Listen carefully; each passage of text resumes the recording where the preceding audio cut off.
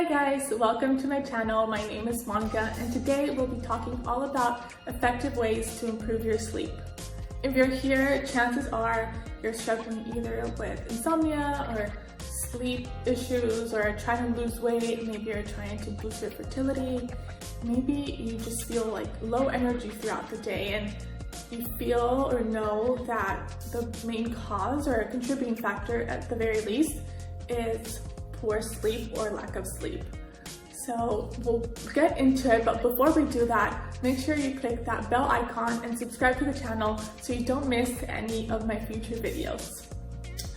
So when it comes to sleep, in my practice, I've seen many people, like 9 out of 10 people that I work with, and in our practice I work with mainly weight loss and blood sugar balance. And we always discuss, diet and exercise. And I've noticed that people don't really factor in sleep. And sleep is a foundational key piece of the equation when it comes to reaching your goals. And maybe you really are just trying to not be so tired during the day. And that will also, that is like a great reason to learn about improving your sleep as well. But a lot of people are either struggling to lose weight or struggling to conceive and have been trying different things with diet and exercise, and something's still not working. And many times it's the key piece, the foundational piece of sleep, something is amiss. So that's why today I really wanted to share with you guys some of my most effective, proven ways to help improve sleep that have worked with myself, my clients, and there are also many studies that support these recommendations. And before we get into it, actually, just remember this is not medical advice. Always, always, always consult your physician. If you are unsure or are trying anything new, make sure you consult with your doctor. Okay, so first we'll get into a little bit of the science. I kind of wanted to explain a little bit like how things work and why it matters. And so I always like to start with blue light versus red light. So when you think about it, when you first wake up, go outside, the morning light always has this like blueness to it. Even if it's like cloudy outside, there's always this blueness. And it's this blueness that makes or cortisol go up and melatonin come down, which is a normal, expected mechanism of how your hormones should be working throughout the day. So even just waking up is considered a stressor, and it's a stressor that our body is used to, it's normal, but that should be the time where your cortisol is the highest it'll be all day. And the problem with cortisol and stress is that you're in so much stress that our cortisol remains high during the day, when the highest it'll be, or the highest it should be in the morning when you first wake up and when you first see that blue light of the day. So again, this blue light makes cortisol go up and suppresses melatonin, all normal and expected, and it's what you want. And as the day goes on, your melatonin will start to go up. So melatonin should be the highest in the evening, and that's the hormone that helps you get sleepy, makes you get sleepy. So some of the ways to support that process is when, again, as I mentioned, to go out first thing in the morning, get some of that blue light in your eyes, the blue light of the day, as soon as you can. A lot of us just like sit on our phones or, get ready and everything. So as soon as you can, go out, get some of that blue light. It doesn't have to be very long.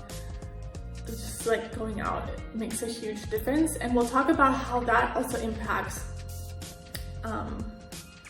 falling asleep in other ways too a little bit later.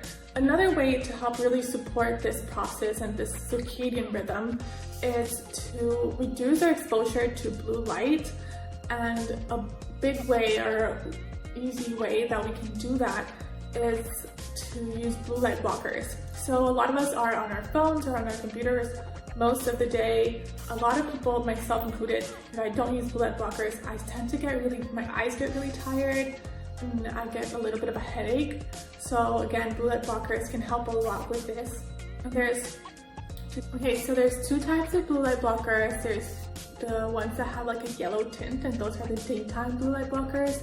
And blue light blockers basically are glasses that filter out the blue light from your devices. And so you can use the ones for the day, during the day, like at work, and then the evening ones have like a red light. So think about the sunset light is red.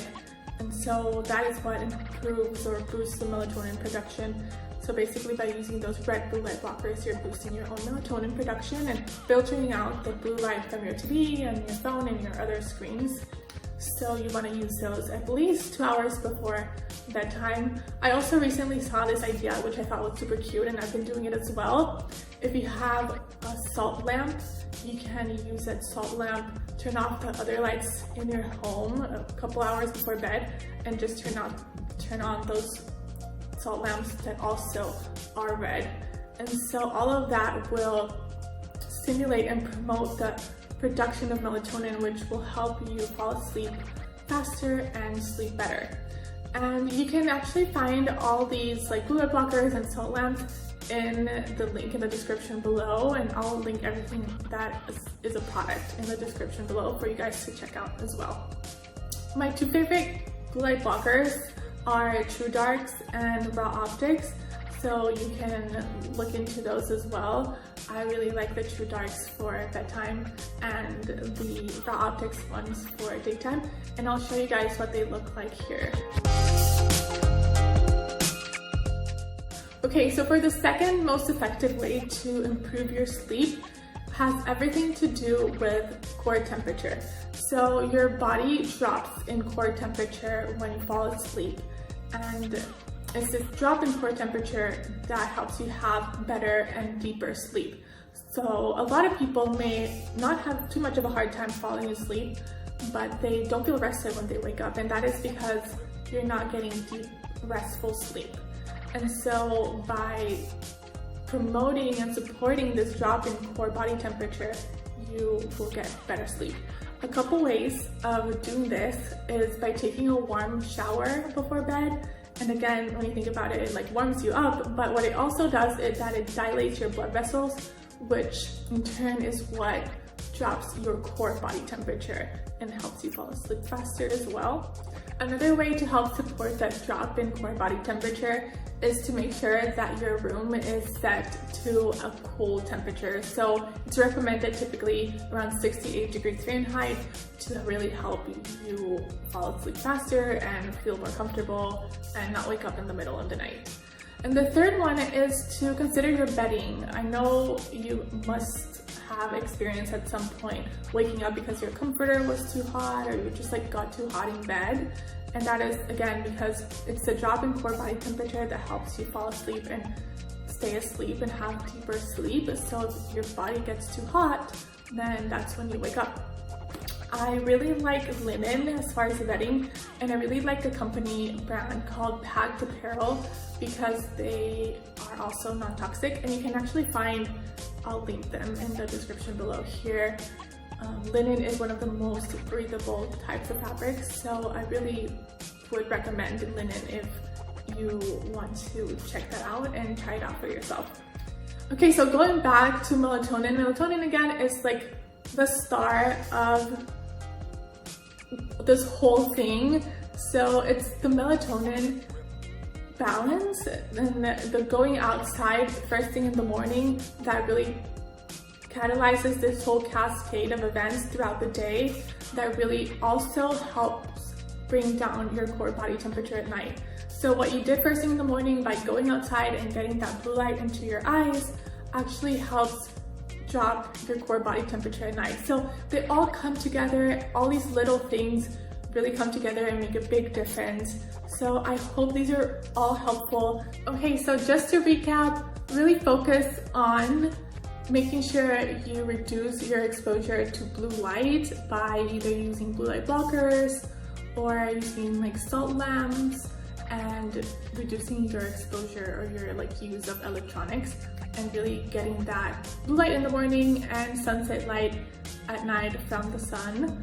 And the second one is to focus on your core body temperature by taking a warm bath or working out a couple hours before bed, and also considering your bedding and keeping your room cool.